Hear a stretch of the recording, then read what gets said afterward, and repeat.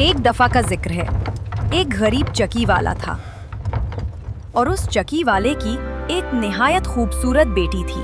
वो लड़की न सिर्फ हसीन कितनी प्यारी सुबह आई, बल्कि होशियार और समझदार भी थी।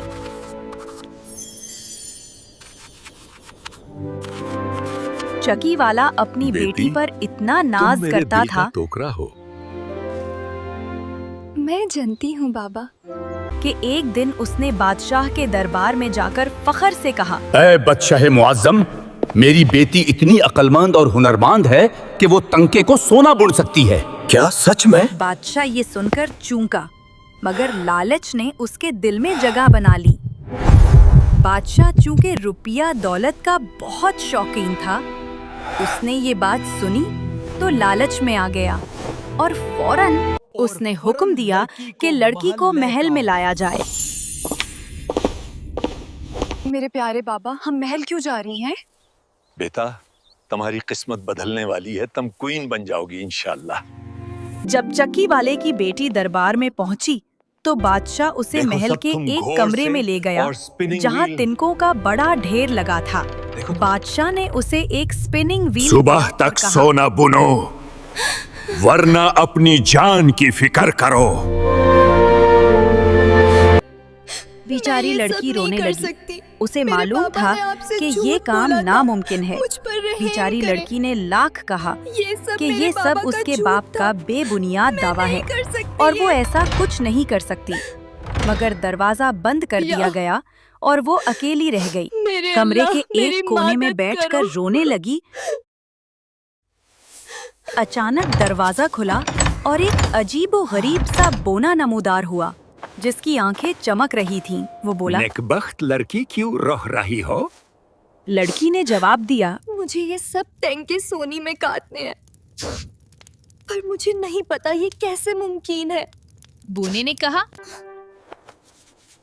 मैं तुम्हारी मदद कर सकता हूँ, मगर तुम मुझे क्या दोगी? लड़की ने कहा, मेरा हार ले जाओ।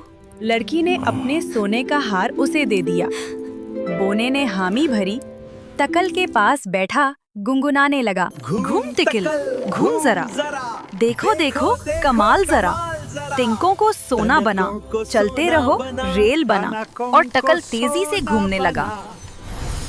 चलते रहो रेल बना, घूम तकल घूम जरा। सुबह तक सारा तिनका चमकते हुए सोने में बदल चुका था। शुक्रिया।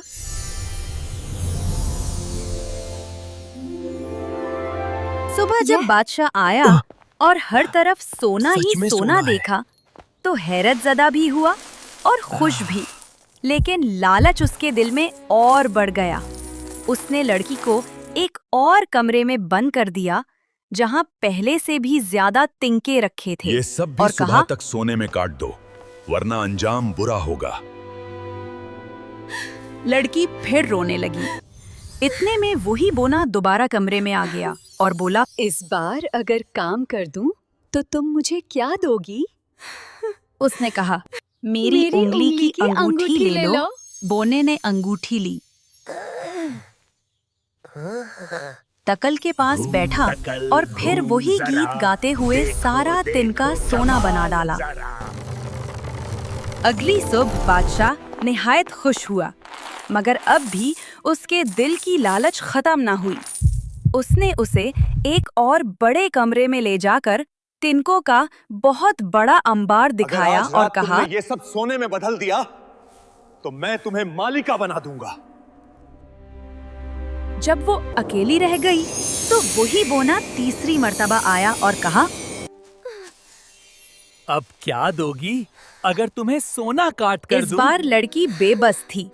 बोली, मेरे पास अब कुछ नहीं बचा देने को। बोने ने कहा, वादा करो, जब तुम क्वीन बन जाओगी तो तुम्हारी पहली औलाद होगी, वो तुम मुझे दोगी। ये सुनकर लड़की के दिल में खौफ तो आया, मगर न देने का कोई और रास्ता था न जान बचाने का। ठीक है, मैं वादा करती हूँ। हाँ कर दी।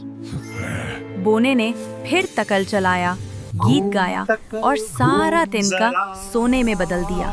सुबह जब बादशाह आया और सब कुछ सोने में बदला हुआ पाया, तो वादे के मुताबिक उसने लड़की से शादी कर ली। यूं वो वाकई मलका बन गई।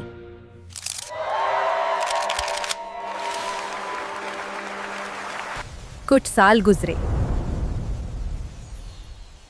मलका के यहाँ एक खूबसूरत बेटा पैदा हुआ। वो अपने वादे को तकरीबन भूल चुकी थी, मगर एक रात अचानक वही बोना कमरे में आ खड़ा हुआ और बोला, मलका साहिबा, आपको अपना वादा याद है? मैं अपना बच्चा लेने आया हूँ।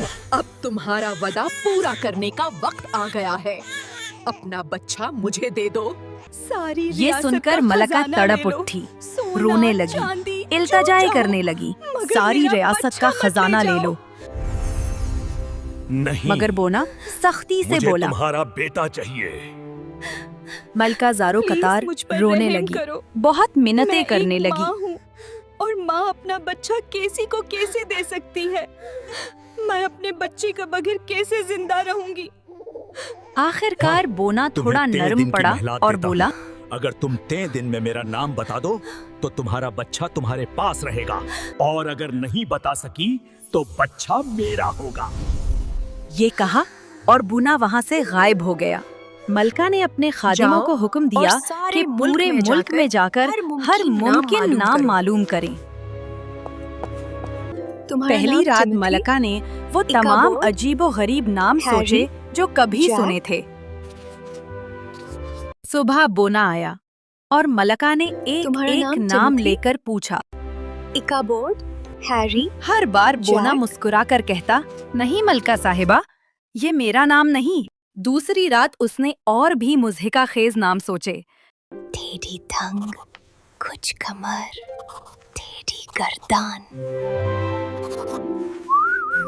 तुम्हारा नाम है टेढ़ी टंग, कुछ कमर, मगर हर जवाब एक ही था। बोना मुस्कुराकर कहता, ये भी मेरा नाम नहीं। तीसरे दिन एक खादिम वापस आया और बोला, मैं जंगल के अंदर एक टिले पर गया। मैं जंगल के अंदर एक टेले पर गया। वहाँ एक छोटी सी झोपड़ी के पास आग जल रही थी। एक बवाना एक तंग पर नाचते हुए गा रहा था। आज पकाऊं, कल मैं सेकूं, खुशी से नाचूं, खुशी से गाऊं। परसन जब मेरा दिन नया मेहमान मेरे पास आए, मेरी रानी को क्या है खबर, मेरा नाम है रम्पलस्टिल्टस्किन।